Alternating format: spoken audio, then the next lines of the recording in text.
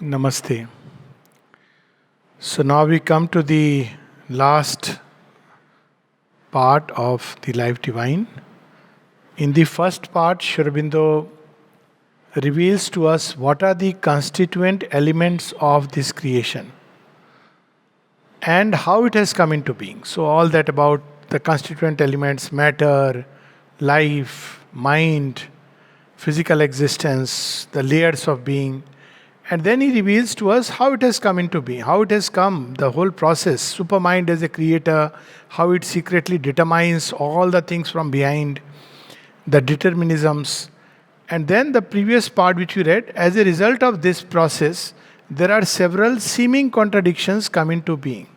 And that's where we see the previous part was the infinite consciousness and the ignorance, if which is the question that strikes us most, that if this creation is it's a creator is Sachidanand, he is pure existence, true consciousness, infinite force, infinite bliss, then how come what we experience is just the opposite? So there are several ways people have tried to explain it. One of them, of course, we know is that all this is an illusion. And then there is a qualified monism and various kinds of dialectics. So Sri Aurobindo skirts through all of them and comes straight to the point that, well, there is this infinite consciousness and there is this ignorance. He doesn't shy away from the first facts of existence as they strike us. This is something very beautiful. For instance, he doesn't say, no, there is no evil, no suffering, it's all in the mind, an illusion. He says, yes, it is there. Then he puts it in its place, in perspective, and shows us what it is purpose in the grand scheme of things. Not purpose in the sense that, well, evil is there so that you can remember God more often. Not one of those things, but how it came and what is its purpose in the total scheme of things. And now he comes to in the last part, which is Book 2, and Book 2, Part 2. The Part 1 was knowledge and the ignorance. The knowledge and the spiritual evolution. So now it comes to why this creation. So we have the what, we have the how, and we have little more understanding about the dualities, the opposites, and reconciling them. And now it comes to, he takes up the big question of, is there a purpose to this creation? And this is important because very often, even today, somebody sent me a YouTube video of some Swamiji saying, what Sri Aurobindo has said is something which so and so great yogi has said, Vedantic yogi and all that. I said, all that is fine. This is, anyone who has gone through the metaphysics of different systems understand this. One knows there are common elements. But let us also focus on what Sri Aurobindo has said, which nobody has said. Not because it gives us a feeling, oh, look here, there is superiority in. Not at all. But there is this unresolved puzzle of human life, the riddle of life. To say that all this is, the thing was that this is like a qualified monism, Visishta Advait, that's how people put it.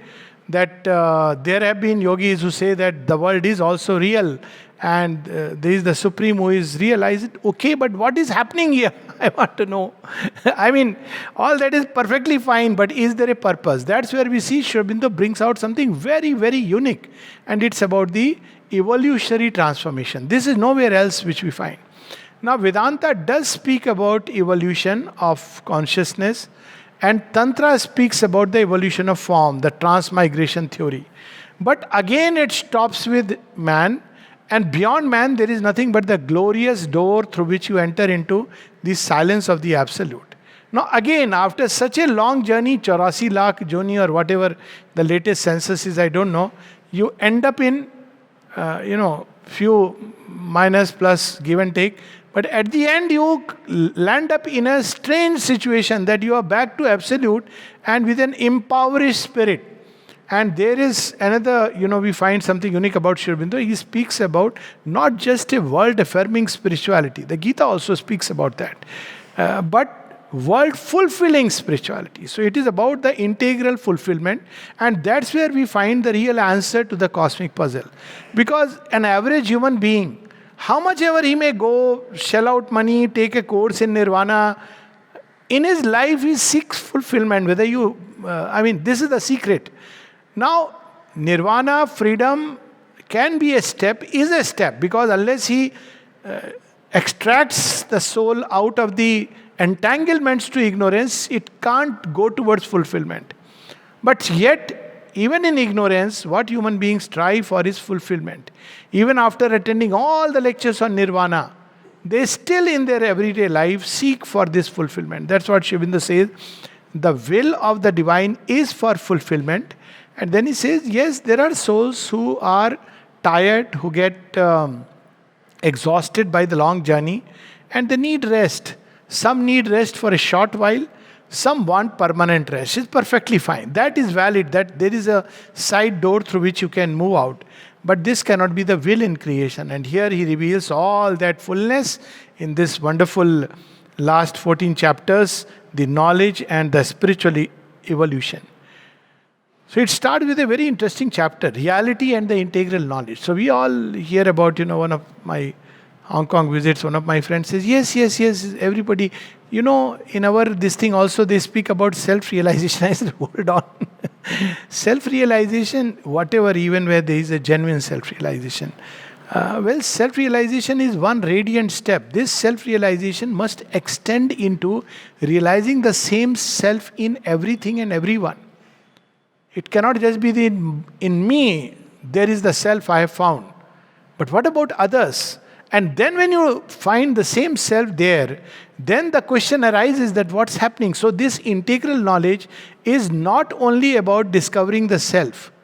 That is the essence of all things. And yet, it must be discovered. So Sri Aurobindo's takeoff point is pretty high. He is like a, pilot who is flying from a high mountain peak. So he says, yes, you must realize the self. As he says in Savitri, is but one radiant space. Here to fulfill himself was God's desire. So this knowledge of the divine should be able to give us the knowledge of everything in creation. Because God is in everything. So this is the most logical, and in fact in the Isha Upanishad, that's how it is described. Yasmin vigyate vigyati sarvam, by knowing which all else can be known. So it is a complete reversal, because the divine consciousness is in everything. Technically, even to understand water, there will be some mystery which cannot be understood unless we know the divine, become one with divine. Because that is the impelling force behind. So this reality that he brings out, he speaks of, is not just a reality that you have found God inside, or I am that, I am somebody above. Yes, that's fine. That's a important step. But by the extension, because the source is in everything, one who identifies with the source should be able to know everything about everything. And this question was literally asked to Sri Aurobindo. Does it mean that mother knows every small little detail? First he said, humorously, including what Lloyd George had for his breakfast. Then he says, technically, it is possible for a yogi to know everything. That's what even the mother says. But he may not take interest. Why would somebody take? He says, otherwise the mind will become like an encyclopedia. Everything in that consciousness is spontaneously registered, every event in the cosmos. We can't even imagine. Sri Aurobindo writes that poem, Cosmic Consciousness, where he says that every stab, every pang, every kiss, everything I experience inside me. And that is how a yogi should experience, who has risen to the highest consciousness. But he may not be interested in knowing. Why would one be interested in knowing all that? Yet, Sri Aurobindo says, if she wants, she can by a moment of concentration know everything. So this is the reality and the integral knowledge. And this integral knowledge and the aim of life, Sri Aurobindo speaks about 4 theories of existence, and that we are by and large aware of. One theory is that there is the absolute divine from whom somehow creation has appeared. Then there is this theory, no, material universe is the only reality. This is another theory of existence. And it's all about nature. Then there is a theory that there is material existence and there is something beyond this existence which is, no, they don't use the word nature or a higher nature, but there are planes of consciousness. So it includes a larger vision of cosmos. So there is the material or the terrestrial, then there is the supra-terrestrial, and there is the cosmic, out of which everything, the great egg, and there is the absolute consciousness. And all these are different theories, valid in their own field. Sri Aurobindo brings them together. So we have the integral knowledge and the aim of life. So all of them are one reality. The transcendent is not cut off from the cosmic. The cosmic is not cut off from the individual, even though there are three different modes of one reality. And man must reclaim it. That's why the aim of life cannot just be self-realization or discovering the soul within. That is first step. Cosmic consciousness, second step. Transcendent, third step. And then that consciousness which holds them together. So in the Upanishad it is described as Jagrat, Swapna, Susupti and Turiya. The four states. In the Turiya, all of them are held together. So this should be the aim of existence. A big program, and so he has given us quite a long rope. That's why, because it's not something which has been even conceived of, let alone to realize it. And of course, we have the Mother and the Grace.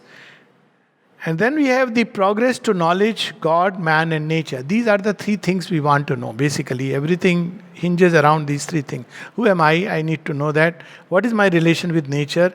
And third is God. So these have been the three preoccupations of mankind right from its beginning. And depending upon our answers, we have a dealing with life, dealing with our fellow creatures, dealing with the earth. And that's why it is important to understand this. If supposing we say that there is nothing like God, or God by an absolute existence, something which is supreme and all is nothing but a play of nature. And then you ask a human being to be good after having pulled the rug from below his feet. So it makes no sense. Beyond a point, human beings will not be. So based on our understanding, supposing we have this understanding of God as somebody who punishes and rewards us, then our dealing with life also changes. Or if we have a God who is all compassionate and all blissful, then our dealing changes. So as human consciousness enlarges, its conception, understanding of who I am, what this nature is, and what the Creator is, all this undergoes a change. So he reveals to us this process and the evolutionary process, ascent and integration. This is, of course, most important, because we all know that in some exalted state, sitting near the samadhi, we are in that wonderful ascent has taken place. And suddenly somebody shakes us, or somebody shouts, and somebody says something, and then we lose everything. People often ask that why do we lose this gain? Because we have not integrated. And integration means the lower must be converted into terms of the higher. So it's not enough that in that state I felt deep peace and bliss. But the moment I stepped out, somebody told me, Doctor Sahab, aap aaj अच्छे ठीक नहीं लग रहे हो. You are not looking up to the mark. And suddenly I am drawn to my mortal self and identify with the body. It won't do. I should be able to say that, whether I live or die, I am. This is the eternal reality. So we have to integrate. Every time there is an ascent, and this ascent takes place through several layers. Say, higher mind. Then everything must be converted in that mid, or an illumined mind. Everything must be illumined and seen with a new light which has been acquired. Intuitive mind. And this everything literally means everything. We'll see that subsequently. So this is how every ascent must be followed by a integration of mind, life and body, and that's why this consciousness seems to withdraw or lost, but it is neither withdrawn nor lost. It is because it enters into the obscure chambers. It's like when a doctor learns in medical school along with his teachers, everything looks wonderful. He can put a stethoscope and get all the murmurs right, and it makes it very good. That look, I can take the murmur correctly. When he comes in real practice, he doesn't rely on the stethoscope. He says, "Echo karwa lo," because he knows this is a much more reliable tool which is available. Hardly doctors now put a stethoscope and say there is a murmur. And then in real time, real life, you have to convert this knowledge into practice. That's why after medical school, we have internship for 1 year. You have learned, but how are you going to deal in real life? It's not a book knowledge. So basically, integration is that this knowledge which has been acquired through an inner process has to be applied in real life, in real time, and the mind, life, and body should undergo a modification corresponding to this ascent. Then, wonderful, out of the sevenfold ignorance toward the sevenfold knowledge, we thought there is only one ignorance. We have been reading in all the spiritual literature that there is ignorance, remove this veil of ignorance, and the divine is there. But what is this sevenfold ignorance? Sri Aurobindo, like an unsparing perfectionist master, he says, see, what are the kinds of ignorance? Spatial ignorance. We think this is all, this at the most material universe. I don't know, there are universes beyond. Temporal ignorance. This little wave of time, this is what I am. But if you look at it, when the story began and where is it going, these threads are not in our hands. Temporal ignorance. Constitutional ignorance. I don't understand even the matter of which this body is composed. I don't understand the forces that are working inside me. Constitutional ignorance. As a result of constitutional ignorance, there is psychological ignorance. I don't understand myself and the many parts. As a result of psychological and constitutional ignorance, there is the egoistic ignorance. I believe I am this little fellow out here. And a result of this ignorance, my actions are completely marred and deformed. I don't give the right response because I am living in this small little... nowadays there is a very nice phrase, misuse. I don't know how these phrases, half phrases are picked up by the... I don't want to use the word, and they are misused. So, bubble. No, you are living in your own bubble. I said yes, but my bubble happens to be a little more bigger than yours. So, a little more, bubble. So the moment you speak about spirituality, this is bubble. Meaning thereby real life is something different. No, you have a better understanding of real life. So the purpose of revealing to us that there is a sevenfold ignorance, and as we come out of it, look at it that we are so much bothered about one life, its little relations and painful. If we look at life in a larger perspective, let's take the example of the child. So if the child says something to you which you may not like, many times children say things which you do not like. Equally, parents may say things. You don't get cross and say, out. Because you know, hai to apne. But with others we do that. Why? Because we don't understand. We don't know that these are the people with whom we have related so many lives. We have sat with them, had food with them. See, this is how the Gita... Arjun says, why you are being so meherban upon me? Why are you so kind? I don't know. I am just an ordinary person. If you look at Arjuna's life profile, it looks... Of course, he is a valiant warrior. Not just valiant, skillful in the real sense. And he is a wonderful human being in certain sense. But not the most virtuous of the Pandavas. Not the most... inward looking like Sahadeva, who was more, not the most dharmnist, which is, Yudhishthir, neither even the strongest, Bhima, nobody can compare with him, and yet he is picked up for delivering the Gita. So Shri Krishna says, well, Arjuna, we are old friends, good friends. What do you say, sir? Oh, since when are we friends? Oh, when I gave this yoga to son, and then to Ikshvaku lineage, the lineage of Rama. Sir, I don't understand all this. Now what is he doing? He is removing his temporal ignorance. Now you see, it changes the whole perspective. It changes completely. Just for a moment, when Mother was asked, Sri Aurobindo was asked, why is it that we have come here, people have to do so many punyas and whatnot to have a glimpse of the divine. What brought us to you? So one of the things he says, connection in previous lives. Mother says, we have been together in previous lives. You do not know it, I know it. Connection in previous lives. Second is bhakti in previous life bearing fruits now. We don't remember. But it was a connection which has been forged long back. So temporal ignorance, then egoistic ignorance, because I think I'm just this formation. I try desperately to defend and assert it against all life. And the result, we know that if a person has to realize his impotence in terms of trying to change others, just try to change your husband or wife or child. They are the nearest to you. If you succeed, after that we'll see. And people come for counseling. As I see, first try on one person, okay? If you succeed, then we'll talk the rest. And if you can't succeed, then we will talk about the next others. So you can't. See, this is the problem. We give a wrong response. We cannot change others according to us. Each one has to develop along his or her own line of evolution, how much ever you may try. It's an impossible venture.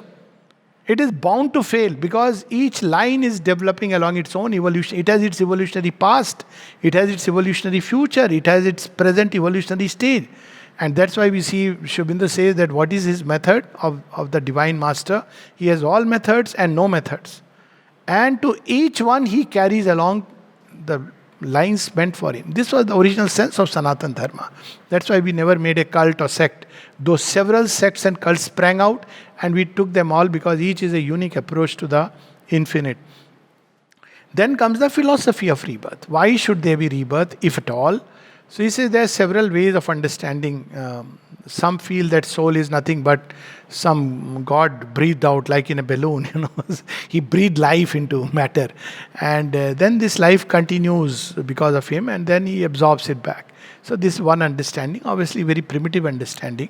So the whole question is, first of all, is there something which is born again and again? He takes up this question. And he says that in a certain sense, actually there is nothing which dies. If you really look at that, even the most material existence only changes form. It becomes food for other forms, and there it undergoes a transmutation. Same with life. All the time life currents are circulating. Do they die? A desire. That's what Buddhism speaks a very fascinating theory of rebirth. It's mind-boggling. That the example is very interesting. That because there is no self, there is no anatma. So then, but it speaks about rebirth and karma. So very interesting. So he says you have gone along a stream, and supposing you threw a stone up, you have moved up further. The stone has to fall. It will fall on somebody who is trailing behind you. It's an amazing kind of way of understanding life. I have experienced a boy throwing stone for taking a mango, and I felt it is coming near me, so I started shifting to avoid. And I was looking at it all the time, and I have this penchant for landing in places where I am focused. So it fell on my head, right on the middle. So I said, concentration acha hai. So I said, this is interesting. And I learned a lesson of life, because when you drive the way, at least it works with me. If I see a pothole, I am so focused on it that I go through it. So I said, whatever you focus upon tends to come near to you. So better you focus on instead of the pothole, look at where you can go through. That's where the focus should be. So anyway, so he brings out that how the immortals, there is something which is immortal. And there's several ways through which he brings out, of course, nobody is a tabula rasa in the beginning. This is one of the commonest ways. Now, what this really soul is, all that he describes in at great length. But then we'll come to that in the next chapter. Then he describes the order of the worlds. So one theory is that there is this material universe and there is this divine. So, or whatever, supreme. Particularly in the European context, we just don't understand that there are other worlds. So when they do experiments on the soul, they who popularize the idea of ghost as the soul. And we are expert at picking up things, and when it comes stamped, Omen, what a wonderful movie. Of course, as a movie, it was wonderful. But then, we start haunted graveyards and the soul. Then from there, it changes into Bhatakti Atma and all this. But that's not the reality. It's just a vital part. So then, if this is only material universe and somehow the divine has impregnated it with soul, then there should not be any thought, there should not be any movement of life, desires, so many things. Where are they coming from? So the logic of it is all these things are involved and they are the steps through which the involution has taken place. The one consciousness limits it by degree, veils itself step by step because sudden veiling. So step by step it veils itself and each veil becomes a world in its own right. So it veils its all knowledge and becomes mind. That's how mind has come out of the supermind. It veils its consciousness, force and becomes life. It veils its existence and becomes matter. So by veiling it, there are several worlds which are created, and he describes there's something very interesting about all these worlds. All these worlds have substance which is unique to that world. So in the thought world, what you think, the form tends to take that shape. It's plastic to thought. That's why the gods of the mental world, gods and goddesses, can assume the shape that is in your head. So if you are a worshipper of Mother Mary, so the Divine Mother will appear as an apparition of Mother Mary. But if you are a believer in, what unfortunately is called as pagan gods, the Greek gods, and you say, Athene, when Sri Aurobindo describes Athene, you feel it's Durga, manifestation of Maheshwari and Mahakali. And then she will appear in that apparition of the ancient goddess, Athene. But if you are a worshipper of Durga, she will appear as Durga. They are not three different goddesses, they are the same goddesses.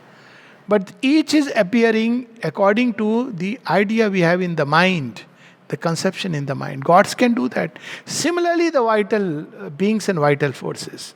So many times, I'm sure many of us would have had this experience that a huge fellow is coming, whatever animal, not worth naming. And when you look at that animal without running away, without fear, suddenly it shrinks. And that's why vital world creations are very fascinating like that. Look at dinosaur and the lizard. It's literally a lizard. It loves this kind of a fascinating things. So in the dream, if you see a actual dinosaur, not in the movie or real life, and if you real life, I mean material life, hopefully none exist. So you look at that and it'll shrink into a lizard. You see a huge python, and you look at it, it will shrink into shrivel into a small little, maybe even change its color. It'll become like a yellowish, whitish color, change itself. So in vital world, the whole thing changes based on the vital state. And it's so important even in everyday life. Supposing somebody comes to bully you, there are beings who are vehicles of vital forces. Now, if you get scared, you see he will swell. And the more scared you grow, the more he swells. And the moment you remove fear and now look at him, because you have punctured that whole balloon, so he'll slowly, come down to size, come down to size. That is the way one deals with these forces, because they are beings of the vital. They love this. This is how they threaten us. This is how they want to hold us captive. So fear must go away. That is what is shown in some of the movies. That if you get rid of fear, you get rid of a lot of these forces which are trying to scare us. And then comes the rebirth and other worlds, karma, the soul and immortality. So why there is rebirth, if at all? Now rebirth is a inevitable logical necessity if we concede a spiritual evolution. Because if we concede a spiritual evolution, then it is logically impossible to conceive that in one lifetime the soul will evolve into all its fullness. That's why the theory of transmigration is known in all systems of belief, which are of course Indian born, because we do believe that there is something in us which evolves. Of course, the evolution stops with man, after which it has to go into the divine. That's where the defect lies, or the limitation lies. But if there is to be an evolution of something which has entered, which is immortal, which changes form, then you have to have rebirth. Where there is no evolution, where only one term is given, whether you may be, whatever you may be doing, whether you cut a goat or you cut a human being, You just have to subscribe to a formal religion, and at the end of dropping off of the body, when you rise from the grave one day, you will be granted a place in heaven or hell, depending on your belief. Now, there is no evolution there. So it's very strange. So, and people believe in such thing, but whatever it is, they have a right to believe as long as they don't interfere with other people's belief. But rebirth is a logical necessity if there is evolution. And then what is really evolving? So obviously the surface personality and the body is lost.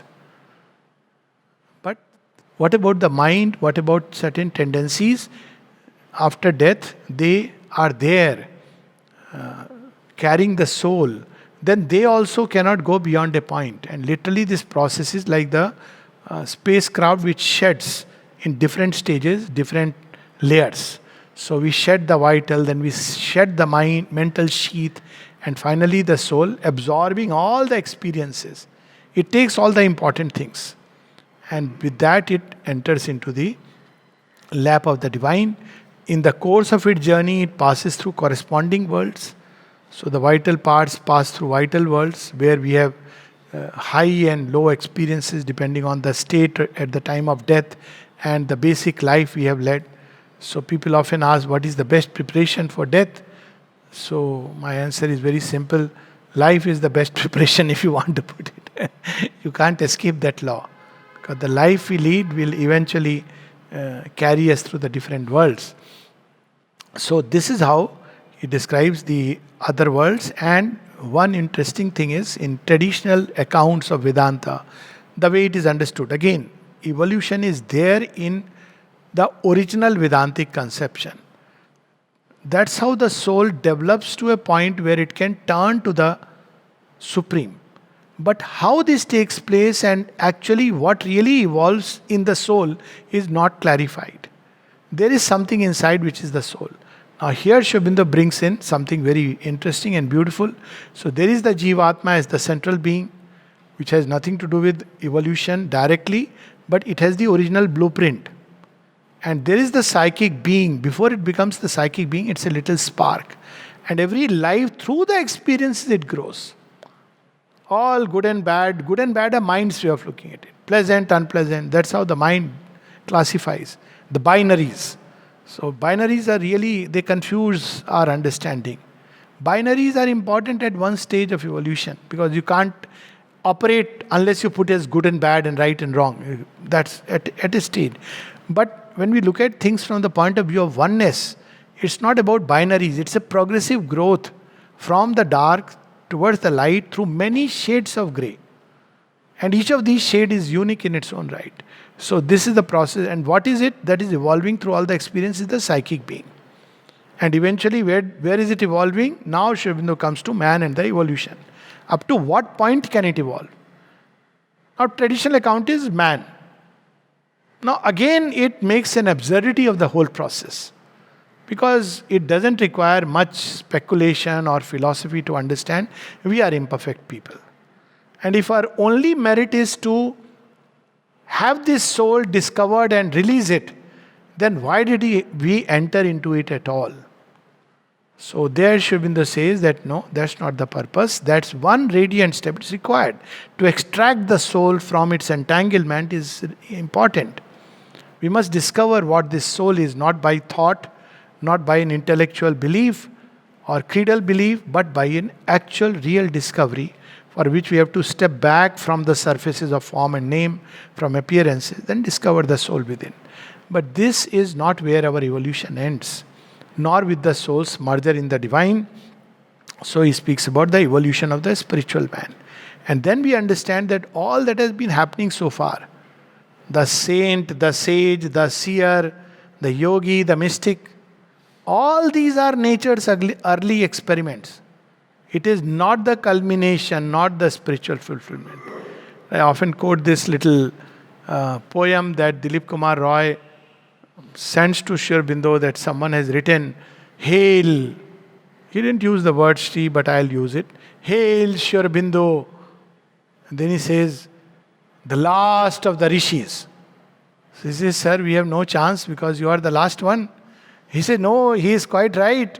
Because after this we won't have rishis but the Superman. Something greater is going to come. The more we look towards, look backward, oh, such a big rishi. First of all, we have all strange notions of rishis. If you look at the life of rishis, they are never those Kamandalu and Dand people who are sitting in forest. They are passionate creatures. They compose poetry, they educate, they are warriors, they are counselors, ministers. They are not ordinary human beings. That's an ascetic. We have only one type, sannyasi. And the bare minimum clothes is the greatest, the sannyasi. That's not what India. Rishis, yogis. What a yogi can be. Lord Rama is a yogi. He's not just the avatar he's a yogi. So when, at one point of time when this fellow, Indra's brother, comes to him, what does he do? Picks up a little blade of grass and throws at him. Only yogi can do this. And that blade of grass haunts him. So we have Shri Krishna. Look at the Yogeshwar. He's sitting on the chariot. And everybody is, BBC had to write a report on the Mahabharata war. What it will write under Shri Krishna? Footnote. A milkman or a cow herdsman who drove the chariot of Arjuna. It is reported, not confirmed, that he used to play the flute and people were very charmed. He was a very good flute player. So, that's Krishna.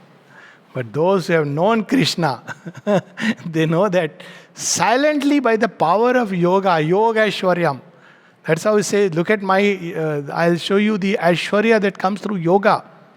And then he says everything he is conducting. Arjuna has seen that everything, none else but Krishna is conducting. So that's what a yogi is. So, but the Superman will be even something still greater. Greater, we should not think in terms of aggrandizing, I want to become a Superman. Superman will be equally more humble. Because the greater we are, the more humble we are. That's how Sri Aurobindo writes about God. O thou who pervadest all the worlds below, yet sittest above. Master of all who work and rule and know, servant of love. Thou who disdainest not the worm to be, nor even the clod, therefore we know by that humility that thou art God. So it is infinity. Look at the original humility. Infinity became infinitesimal. So all who become one with the divine become servants. That's how Mother has said. Those who become one with the source become servants, not like those who are, despotic masters. That is their sign. Look at Mother and Sri Aurobindo taking pains to, scrub a child's ink has fallen on the child's skirt. For 2 hours she is doing that. Making the child feel so happy and playing with her. And this is what they become. A child gets hurt and she is rubbing off, putting nice medicine and giving some chocolates, and the boy is smiling. She is falling much later. This is Jagdeshwari. So this is where the evolution of the spiritual man is not over. These are only initial touches. The rare exceptional sannyasi, the rare exceptional seer and sage, all this have been for a reason and a purpose taken into the background. That's why people say, where are the seers now?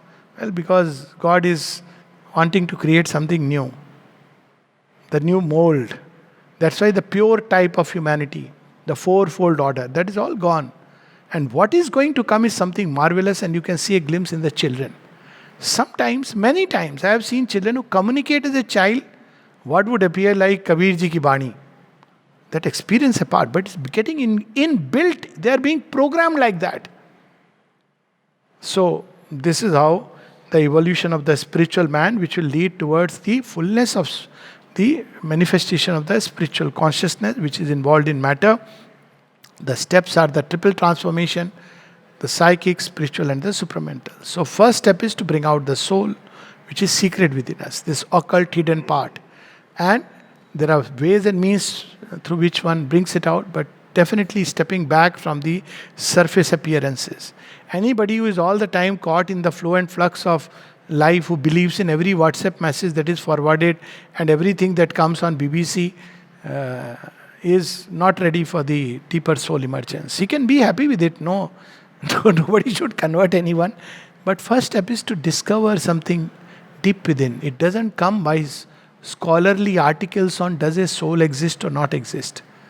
It doesn't come like that. This light comes not by struggle or by thought. So one has to take the pilgrim staff of faith and the light of aspiration, go inside, let's find it is worth the effort. And of course, as it comes out, there are signs. And the first sign of the emergent soul is love for truth, beauty, and good. Then later, love for God, the God seekers, the God lovers. And then, of course, in everything to see God. This is the fullness of the soul. And that we see as the psychic being gets touched, there is a spontaneous feeling, we may use the word resonance, with those who are God lovers and God seekers. Very strange. They look more family than the typical family. Automatically. Nobody tells you to do this or that way. Why? Because it instinctively understand that there is a deeper spiritual family which is together. And then, of course, the spiritual transformation where the mind opens up, and there is the ascent and descent of higher and higher forces, higher and higher states of consciousness, peace and light and wideness and bliss. Four main aspects. Peace of the static self, bliss of the dynamic self. Peace is Sri Aurobindo and bliss is the Divine Mother. And of course we have wideness, and we have all these light is the descent of light. So all these higher and higher states come with love as the crown. After they have established their own workings, then love comes, descent of strength. All these things come from above as it opens. Now, it's always safer, Sri Aurobindo reminds us in the Life Divine and everywhere, that first let the soul emerge. If the soul has not emerged and one opens above to the spiritual consciousness entering the system, it may get upset. First, it will upset all the values, because the mental values don't hold anymore. You stop respecting people just because they happen to be born a little earlier. That sounds. Just because you were born in 1940, I should respect you. I happen to be in 1960. No, that's not the way. So that's obviously absurd. We all know that. People say, no, but more experience. But you see, more experience is like this. I often say this, that our surgeons, so when a new technique comes, so the old surgeon has lot of experience, but in the old method, which has proved to be not that good. So experience works both ways. It limits us also into a limited bandwidth and closes doors to an ever new creative vision of the spirit. But the spiritual consciousness does open that. The same moment is never repeated. The same thought clothes itself in many forms of words. So this is where the spiritual transformation, and then of course the last is supramental. There is a complete change, and there the basis of supramental transformation is oneness and unity, and not division as we see here. But it is unity in diversity, and not only unity in diversity, because the supermind is where the one and the many, both, it holds the secret. So it knows the right law of each thing and each being. That's why the mother never had a standard format. And people who don't understand it, they often make a dogma picking up one aspect. Mother never liked. The moment you say this, you are in abysses of falsehood. Who can say what she liked and didn't like? Mother herself has said, and to their stupidity, they add to their stupidity by quoting me, and say, mother does not like this, mother likes that. She says they add to their stupidity. You don't know, that's good enough. But when you say, mother never, and that too, we put our tone. Mother never approved of this. Mother would do this. then slowly we are leading towards a God who is very far from who she is. Infinite love and compassion. So there is no one format. Supermind has each one's right law. That's why in this yoga, for God's sake, for Mother and Sri Aurobindo's sake, nobody can be a substitute guru. Because that kind of movement I see sometimes. People, so and so is a guru. You can have an elder brother. That's okay. Or an elder sister. Gone little, we are holding hand, walking together. We learn from each other. Somebody has gone a few steps, knows, oh, there is a snake out in the corner, just be careful. That's okay. Maybe you should take this road, it's a little better. When you climb through Nainital in those mountains, no, you have those chota rasta, you have the pony rasta, and you have the... So, now how do you advise that? You can't say, let's take the small rasta for everybody. You will make some people trip. You will see a person and say, nay, you take this road. Somebody else who is more adventurous, you will say, take this route. Otherwise, there is going to be chaos. Like once my friend told me, we'll go on pony up. Because I was a bit tired. I said, car leni. Alok ji, pony. Bahut acha lagega. I said, okay. I don't mind. Somebody will take me. So on the way, the pony is slipping.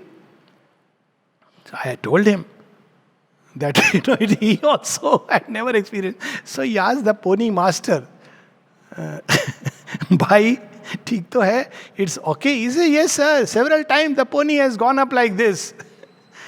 So before we could take a sigh of relief, he added, only once in a while it falls. Now you are counting your chances. When did it fall last? But he did a good thing. Instead of focusing on the pony, we became ma. I said, okay, if that be the case, we have our ma mantra vati. So, but you see, you can't give the same thing to everyone. Even Indian thought in Sanatana Dharma understood this. You can't prescribe the same thing for every human being. Be non-violent. What do you do to a Kshatriya? So, this is how each individual evolves. So the supermind has the law of the right, not only about human beings, each creature. And the way, if one wants to understand how the supermind operates, and then the chapters ascend towards supermind, the Gnostic being, what a Gnostic being will be, just read the life of Mother and Sri Aurobindo. Very often people miss out on that, because they think philosophy and all that, but they don't understand. The moment you read Mother and Sri Aurobindo's life, you understand, oh, that's how the Gnostic being is. Everything, she has to pick out the vegetables and she is conscious. Picking out which ones are ready, which ones are not ready. You have to still break the bhindis, doesn't look nice, whether it's pakhi or kachi. But she could just, do it. Now, this is the Gnostic beings dealing with cats, dogs, everybody. And if we try to make a religion out of it, how dangerous it can be. One cannot. So the mother at one place says, about X, that she has kept many cats with her because somebody told her that mother loves cats. This is very common, by the way. Mother loved cats. So she says, but they don't understand that at a point of time, there was an experiment I was doing with cats. So she called cats. But at the same time, she was aware of everything. So she was not like, keep cats and dogs and don't... just take care of them. She would say many things. You can love, of course, nothing wrong with loving an animal. But don't, it's something beautiful by the way, but don't start saying that I love cat because mother loved cats. Mother loves the whole creation. But with each one, she is doing something different. You can't practice, misapply it. That's why someone has said this world suffers much more by the misapplication of truth than by actual falsehood. Misapplication of truth becomes a falsehood. So all that, the supramental Gnostic being, the ascent towards supermind, and the important take-home point is, there will be several steps and stages. There is not going to be an ascent straight away from the mental man into the supramental being. And the mother speaks about many intermediary species. There will be different degrees of Homo sapiens supramentalis. So, in fact, Sri Aurobindo speaks about two names from two roots. Because somebody says, sir, but is not intellect, goes into that wideness and all that, because he has heard the word wideness. And then Sri Aurobindo says, but who told you that Homo psychicus, if Homo intellectualis can be wider, who told you that Homo psychicus will not be deeper, more intense? Now you see, these are two routes human beings take. In Heavens of the Ideal, we see these two routes. Through the mind, creating one kind of a higher humanity. Other through the heart, another kind of a higher humanity. Integrating the two, a third kind of higher humanity, and several layers and steps. So it's not like from mental man, suddenly we woke up one day and said, Chalo ho gaya, now we are supramental being. It's a long journey from the chimpanzee to highest ape to human beings. There were 9 subspecies and almost all have gone except the modern man, Homo sapiens erectus. This is what is surviving. All else is gone. So there will be many species, many effort. So it's a wonderful journey. We are all part of that grand program. So the Gnostic being will be created in steps and stages. And this is the first necessity before we can talk about the divine life. Divine life is where all is beautiful, harmonious, lovely and true. So that's why when Mother was asked that, often we do this, Nalita was asked, why there is conflict between Auroville and ashram and society and this and that. He said, for the moment, let each one develop in their own way. There is a reason all this is allowed. She says, when people will grow into the Gnostic consciousness, then automatically the harmony will come. Don't try by external artificial means. Sometimes people try. Okay, let's have a oneness program, pick up 2 from here, 2 from... Okay, fine. One wants to do something because we as human beings feel good if we do something. But the real something that we have to do is to rise into the Gnostic consciousness. It's only when there are some number, reasonable number of Gnostic beings that there can be a divine life upon earth. It means that now evolution will no more be through the process of ignorance, but it's like mental man now consciously handles even the evolutionary process. Though he is messing with it, obviously, he is modifying the genes, but this thought has come. Now what he is doing? He is trying to enter into the evolutionary process of nature and change it by the power of the mind. Obviously, mind is an ignorance. So it is bound to create its own repercussions, side effects. Every mental, this thing has side effects, creation. But the supermind will do it. And do it with much more finish and mastery. So we have to wait for that divine life. The mother once spoke about it passingly to Amal Kiran. One day, because like things like polio, hereditary diseases, she said one day we should be able to cure all this. Right now, because there is a strong stamp of matter, it is still under the spell of inconscience, so it doesn't easily work. You can push it back, you can change the course, you can affect the prognosis. I have seen that actually. Prithvi Singh Nahar is another classic example, where due to a hereditary condition, his eyes were supposed to lose all sight by the time he was 35. What work mother gave him? Type out Sri Aurobindo's letters. He said, but mother, I'll be losing my sight very soon, don't worry. And till 70, he continued. But of course, he had to bring the script very close to his eyes, literally move his eyes like script like this. But he was an authority on what Sri Aurobindo has written. If anybody could decipher, it was Prithvi Singh Nahar. So, eyes fulfilled. Authority on reading what Sri Aurobindo has written. He could just do it by this. So, this is another part of experiment. Also, when supermind is established, the whole heredity issue will change. Spirituality right now is not inherited, but it can be inherited. This is one of the experiments which is going on. And this inheritance is not just about souls choosing a parent. Even at the most material level, you may choose. There can be these modifications which take place so that the very matter is much more ready to reveal the spiritual consciousness. So these are things in the future. So divine life will form first in islets, not at one place, and then they will grow here, there, exactly like mental man evolved in several places, and then they met together. Initially, they fought with each other. But, conflict is the first stage of harmony. Let me put it like that. Conflict is because I don't understand each other. But a being who is evolving will end up understanding each other. So it's quite likely that these different islets where evolution will take place in different ways, and there is no one way. So very often we say this is good, this is right, this is wrong way. We don't know. Let's admit that as long as people have something at the core, they will evolve in their own ways, leave them to their own ways. And you'll see over a period of time all this will. Leave it to the all-wise wisdom, let me put it like that. Those who are meant to go through will go through all these challenges, because it's a completely new thing.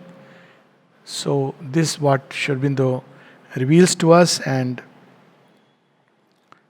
maybe I can just read the last passage. Why all this gets opened, I don't know. I don't understand. Capture a quick note. I didn't even ask for any note. Okay. Anyways, so I think I've got it. So I can still. So as we know, the Life Divine was several times corrected.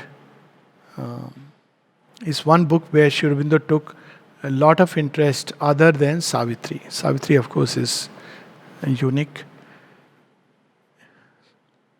Last passage from the Life Divine.